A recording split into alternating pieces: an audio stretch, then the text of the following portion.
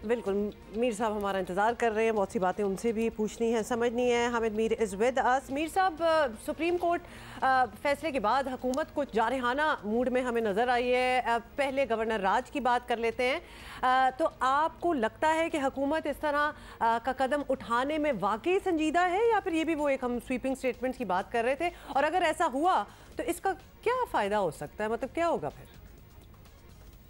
देखिए, कल रात को जो वफाकी काबीना का इजलास हुआ था उसमें गवर्नर राज पे बात हुई थी, लेकिन मेरी इतला के मुताबिक उस काबीना के इजलास में वज़ीर आज़म साहब को ये बताया गया कि गवर्नर राज मखसूस हालात में लगाया जाता है, वो गवर्नर राज नहीं लग सकता। आपको याद होगा कि कुछ साल पहले हमारे आइन में 18वीं तरमीम हुई थी, तो उस 18वीं तरमीम में जो गवर्नर राज का नफाज है इसको बहुत मुश्किल बना दिया गया। गवर्नर राज जो है वो आइन के 2 आर्टिकल्स के तहत लग सकता है। एक तो आर्टिकल 232 है, 232 जो है उसके तहत एमरजेंसी लग सकती है। अगर मुल्क में एमरजेंसी के हालात हों तो उसके लिए जो सूबाई असम्बली होती है सूबे की, अगर वो करारदाद मंजूर करे तो वो गवर्नर राज लग सकता है, एमरजेंसी लग सकती है। फिर दूसरा है आर्टिकल 234, उसके तहत भी आप गवर्नर राज लगा सकते हैं, लेकिन उसके लिए भी ज़रूरी है कि मखसूस हालात हों सूबे में। कोई ऐसे सदर ममलकत जो हैं उनको अगर गवर्नर सूबे का बताया कि जी ऐसे हालात हैं कि सूबे में एमरजेंसी नाफज करनी है या सूबाई असम्बली के इख्तियारात जो हैं उनको सलब करना है, तो अगर इस वक्त जो पंजाब के गवर्नर हैं जनाब बलीगुर रहमान साहब, हमारे बड़े अच्छे दोस्त हैं, अगर वो कह भी दें सदर ममलकत को कि पंजाब में गवर्नर राज लगा दें, तो आपको पता है वहाँ पर कौन बैठे हुए हैं? आरिफ अलवी साहब बैठे हुए हैं। तो आरिफ अलवी साहब से 2-3 दिन पहले जो मेरी एक लंबी मुलाकात हुई उसमें और भी सहाफ़ी मौजूद थे, तो मुझे तो नहीं लगता कि आरिफ अलवी साहब जो हैं उनको अगर गवर्नर पंजाब 234 के तहत कहेंगे कि आप गवर्नर राज लगा दें तो वो लगाएंगे। हाँ, अगर वो इनकार कर दें और समरी रोक लें तो उसके बावजूद लग सकता है गवर्नर राज, लेकिन उसके बाद फिर जो वफाकी हुकूमत है उसको पार्लियामेंट के दोनों ऐवानों से उसको इंडोर्स भी करवाना पड़ेगा।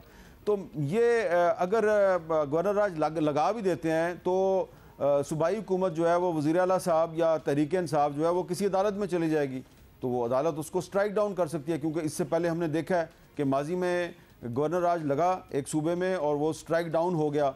तो पहले ही मेरा ख्याल है कि जो वफाकी हुकूमत है उसने जो रवैया अख्तियार किया सुप्रीम कोर्ट की प्रोसीडिंग्स का बायकाट करके, उसका भी कोई नतीजा नहीं निकला। तो बेहतर यह है कि अगर आप कोशिश करें कि सूबा और वफाकी हुकूमत जो है वो मिल के अगर आगे चले तो ज़्यादा बेहतर होगा।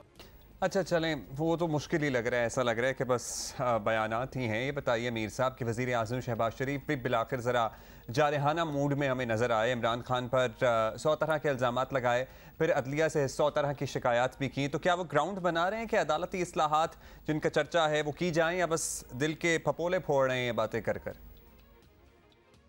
दिल के फफोले जो हैं वही उन्होंने आपको दिखाए हैं।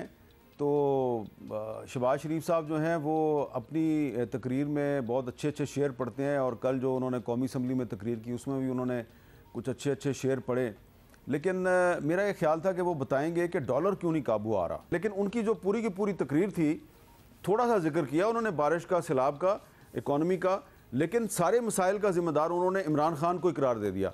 हालांकि बारिश और सैलाब जो है वो तो इमरान खान साहब नहीं लेके आए, और वो तो खैबर पख्तूनख्वा में भी आया, वो सिंध में भी आया, पंजाब में भी आया, और बलूचिस्तान में बहुत ही बुरे हालात हैं। और बलूचिस्तान के हालात के बारे में मेरा ख्याल था कि उस पर शहबाज शरीफ साहब बात करेंगे, लेकिन उन्होंने जिस अंदाज से अदालतों के साथ शिकवे शिकायतें किए, तो मुझे याद आ गया कि किसी ज़माने में जब आसिफ जरदारी साहब और शहबाज शरीफ साहब एक दूसरे के बहुत मुखालिफ हुआ करते थे, और उससे पहले मोहतरमा बेनज़ीर भुट्टो और नवाज़ शरीफ एक दूसरे की बड़ी मुखालफत करते थे। तो मोहतरमा बेनज़ीर भुट्टो जो हैं वो हमेशा शिकवा किया करती थी कि लाहौर का बेटा जो है उसको इंसाफ मिल जाता है अदालतों से, लाड़काना की बेटी को नहीं मिलता, क्योंकि उनकी हुकूमत जब डिज़ोल्व हुई तो उसको बहाल नहीं किया अदालतों ने, लेकिन जब नवाज़ शरीफ की हुकूमत डिज़ोल्व हुई तो उसको बहाल कर दिया। इसी तरह आसिफ जरदारी साहब भी बड़े शिकवे शिकायतें करते थे कि शहबाज शरीफ साहब जो हैं उनको मिल जाती है रिलीफ अदालतों से और हमें नहीं मिलती। और उन्होंने जरदारी साहब जब प्रेसिडेंट थे तो उन्होंने पंजाब में गवर्नर राज लगाने की कोशिश की थी, लेकिन वो अदालतों ने स्ट्राइक डाउन कर दिया था।